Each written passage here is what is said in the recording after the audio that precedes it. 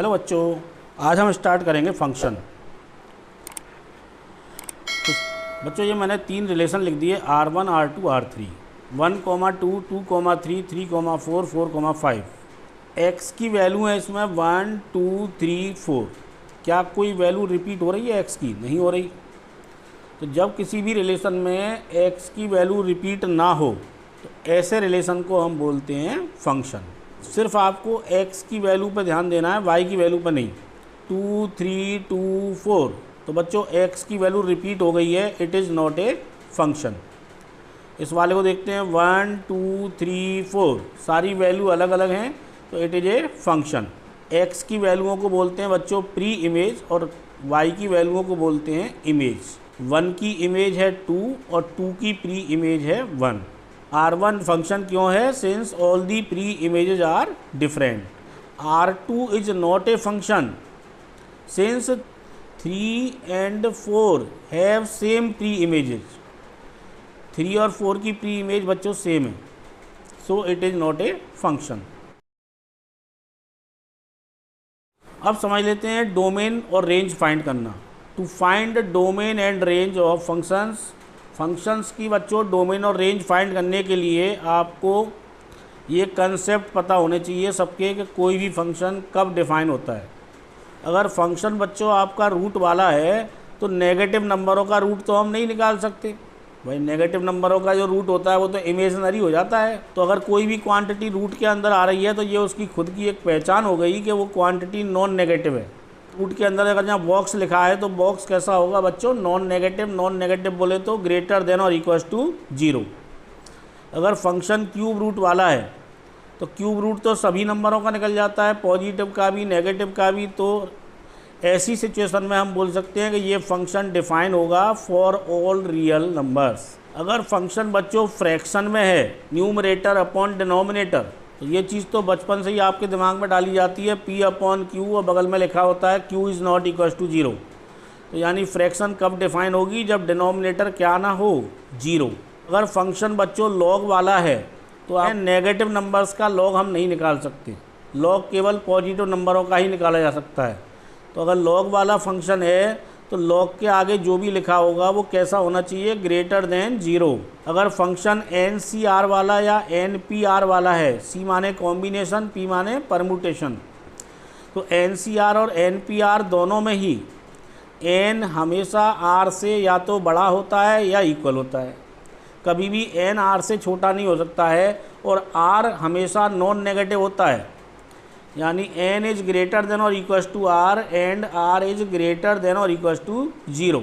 अगर फंक्शन बच्चों sine inverse और कॉस इनवर्स वाला है तो साइन इनवर्स और कॉस इनवर्स के आगे जो लिखा होता है इसकी वैल्यू होती है -1 से लेके +1 तक। अगर फंक्शन सेक इनवर्स और कोसेक इनवर्स वाला है तो इन दोनों के आगे जो भी लिखा होता है उसकी वैल्यू -1 के इक्वल और -1 से छोटी होती है, या बोल सकते हैं +1 से बड़ी और +1 के इक्वल होती है। अगर फंक्शन टेन इनवर्स या कॉट इनवर्स वाला है तो ये बच्चों इसके आगे जो भी लिखा होता है वो कोई भी रियल नंबर हो सकता है, सभी रियल नंबरों के लिए डिफाइन होता है। तो ये तो हो गई बच्चों सिंगल फंक्शनों की बात। अगर बच्चों 2 फंक्शन प्लस हो रहे हों या माइनस हो रहे हों और उनका डोमेन हमें फाइंड करना है तो दोनों फंक्शनों का डोमेन निकाल लेंगे और दोनों के बीच में लगा देंगे इंटरसेक्शन यानी कॉमन। अगर 2 फंक्शनों का मल्टीप्लाई हो रहा हो तब उसका ओवरऑल इसका डोमेन निकालना है तो दोनों फंक्शनों के अलग अलग डोमेन निकाल के इंटरसेक्शन लगा देंगे, यानी दोनों के डोमेन में जो कॉमन पोर्शन होगा वो इसका डोमेन हो जाएगा। अगर 2 फंक्शनों का डिवाइड हो रहा है और इसका डोमेन निकालना है तो f(x) का डोमेन निकालिए, g(x) का डोमेन निकालिए, और g(x) is not equal to 0 से x की वैल्यू पता लग जाएंगी। तो इन तीनों में जो कॉमन होगा वो इसका डोमेन हो जाएगा। अगर फंक्शन आपका रूट के अंदर है तो बच्चों f(x) का डोमेन निकालेंगे, फिर रूट वाला कंसेप्ट लगाएंगे कि f(x) should be greater than और इक्वल टू 0। इन दोनों से जो डोमेन निकल के आएगा उसमें कॉमन जो पोर्शन होगा वो इसका डोमेन हो जाएगा। तो चलिए कुछ एग्जांपल से इन बातों को क्लियर करते हैं। जेई मेंस और जेई एडवांस के कुछ PYQs लेके आया हूँ, उन्हें आप सॉल्व करके देखते हैं। अब देखिए पहला क्वेश्चन है domain of sine inverse log x/3 base 3 is. अब इसमें बच्चों 2 कंसेप्ट लगेंगे, एक तो log वाला कंसेप्ट लगेगा और एक साइन इनवर्स वाला कंसेप्ट लगेगा। साइन इनवर्स बोलता है कि मेरे आगे जो भी कुछ आएगा उसकी वैल्यू -1 से +1 तक होगी। साइन इनवर्स के आगे जो भी कुछ आता है उसकी वैल्यू होती है -1 से लेके +1 तक। और बच्चों लॉग के आगे जो आता है उसकी वैल्यू होती है >0। तो ये तो हो गया साइन इनवर्स का कंसेप्ट। अब लगा देते हैं लॉग का कंसेप्ट। लॉग के आगे आ रहा है x/3, तो इसकी वैल्यू होनी चाहिए >0। ये 3 बच्चों 0 की तरफ जाके खर्च हो जाएगा, तो ये हो जाएगा x इज >0। और यहाँ से लॉग हटाओगे तो जब लॉग हटता है तो इधर उधर वाली चीज़ें इस बेस की पावर में आ जाती हैं। ये लॉग की प्रॉपर्टी आपको पता होनी चाहिए। जब लॉग हटाते हैं तो इधर उधर वाले नंबर इस बेस की पावर में आ जाते हैं इस तरह से। 3 की पावर -1 यानी 1/3। अब बच्चों इस 3 को हटाना है तो 3 का कर देंगे मल्टीप्लाई। ये हो जाएगा 1 इज लेस देन और equal to x is less than equal to 9। ठीक है, अब इन दोनों में जो कॉमन होगा वो आंसर सही माना जाएगा। तो एक नंबर लाइन बना लेंगे कॉमन देखने के लिए और इन सारे नंबरों को इस नंबर लाइन पे लिख देंगे बच्चों। इसमें बोल रहा है वो 0 से बड़ा, तो इस तरफ हो गया। और इसमें बोल रहा है 1 से लेके 9 तक, 1 से लेके 9 तक, यहाँ से यहाँ तक। तो इन दोनों में बच्चों कौन सा पोर्शन कॉमन है? 1 से लेके 9 तक। तो आंसर हो गया इसका ए। चलिए दूसरा क्वेश्चन देखते हैं बच्चों। f(x) बराबर 3/(1) plus log of this one base 10 is. इसका डोमेन फाइंड करना है।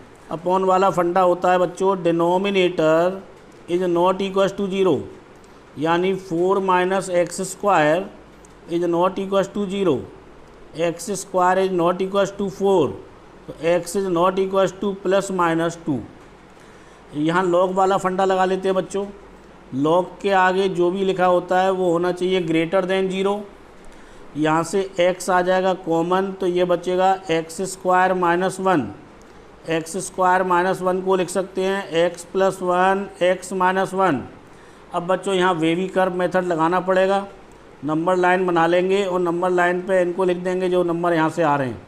तो एक तो 0 आ रहा है, इससे 1 आ रहा है और इससे +1 आ रहा है। तो -1 0 और +1 यहाँ डालेंगे प्लस, फिर माइनस, फिर प्लस, फिर माइनस। और >0 का मतलब होता है बच्चों प्लस। तो प्लस वाला एक तो हो गया -1 से 0 और एक हो गया 1 से इन्फिनिटी, यानी x बिलोंग्स टू -1 से 0 ओपन इंटरवल आएगा क्योंकि यहाँ इक्वल टू नहीं है, यूनियन 1 से इन्फिनिटी। अब बच्चों इन दोनों में जो कॉमन होगा वो सही माना जाएगा। तो नंबर लाइन, अब नंबर लाइन पे सबको लिख देंगे -1 -2 भी है तो वो भी लिखना पड़ेगा, -2 0 1 और 2। इसमें बोल रहा है -1 और 0 के बीच में। इस वाले में बोल रहा है 1 से लेके इन्फिनिटी तक, 1 से लेके इन्फिनिटी ऐसे। और बोल रहा होगा x की वैल्यू +-2 में से कुछ भी नहीं होनी चाहिए। तो इन दोनों में देखिए -2 तो नहीं आ रहा, बट इन दोनों में 2 यहाँ आ रहा है और वो कह रहा है 2 वैल्यू नहीं होनी चाहिए। तो बच्चों 2 पे नंबर लाइन को ब्रेक करना पड़ेगा। तो इसको हम लिख सकते हैं -1 से 0 यूनियन 1 से 2 यूनियन 2 से इन्फिनिटी। तो 2 पे ब्रेक हो गई नंबर लाइन, 2 ना तो यहाँ इंक्लूड है और ना ही यहाँ इंक्लूड है। तो ये बच्चों इसका कॉमन पोर्शन हो गया इन दोनों का, तो ये माना जाएगा डोमेन। तो ये इस तरह से इसका आंसर हो गया D. D is the right answer. अब देखते हैं बच्चों तीसरा क्वेश्चन।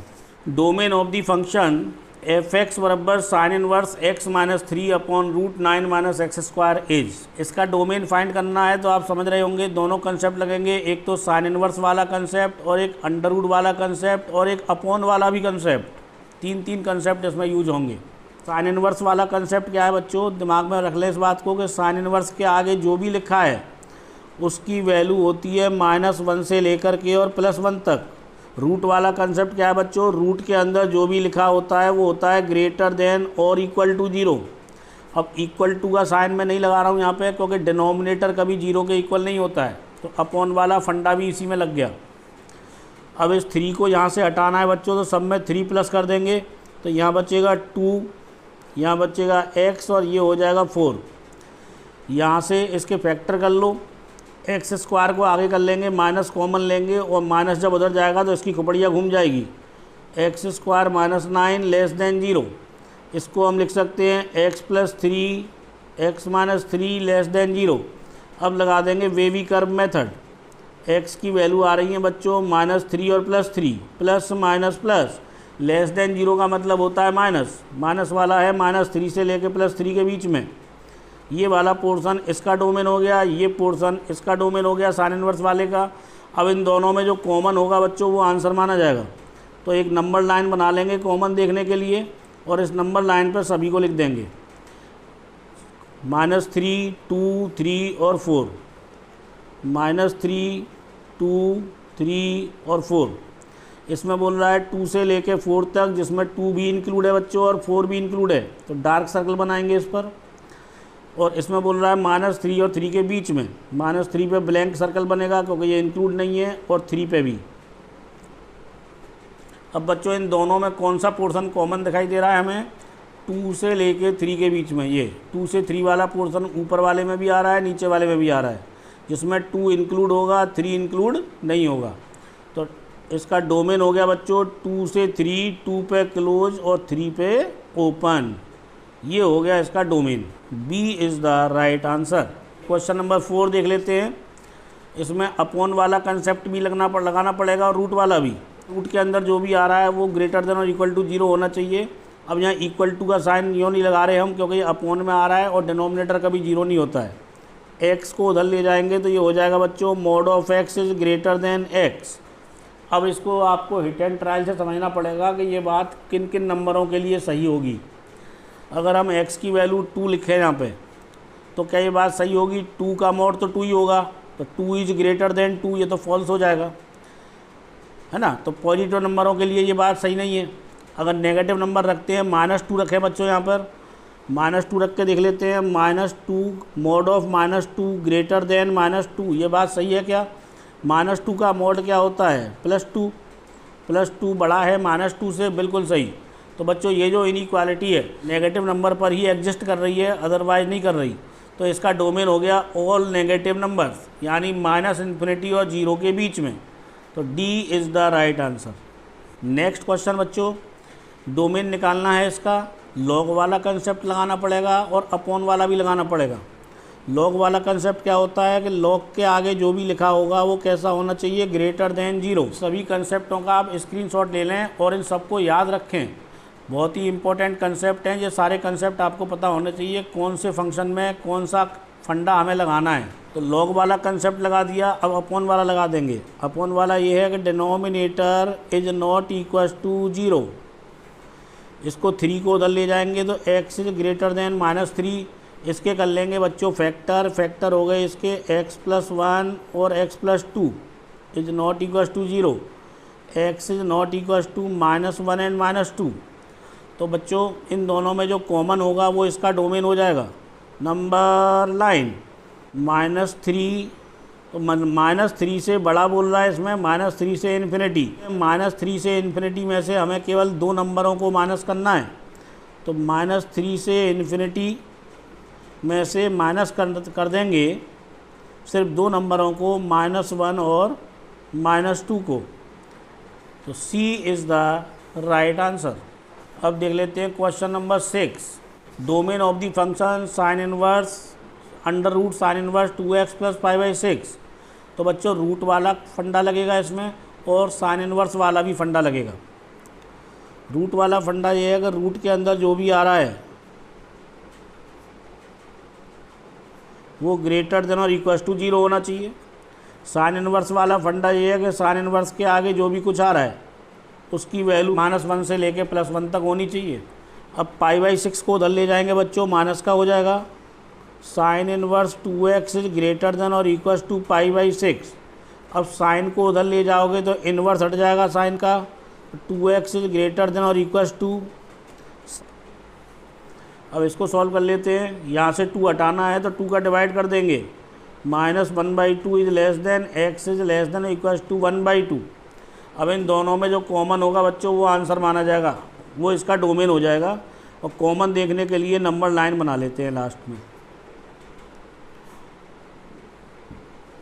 -1/2, 1/4 और 1/2। इसमें बोल रहा है 1/4 के बराबर भी है और बड़ा भी है, तो यहाँ से लेके इन्फिनिटी हो गया। इसमें बोल रहा है -1/2 और +1/2 के बीच में है, और दोनों इंक्लूड भी हैं, दोनों पे डार्क सर्कल बनाना है।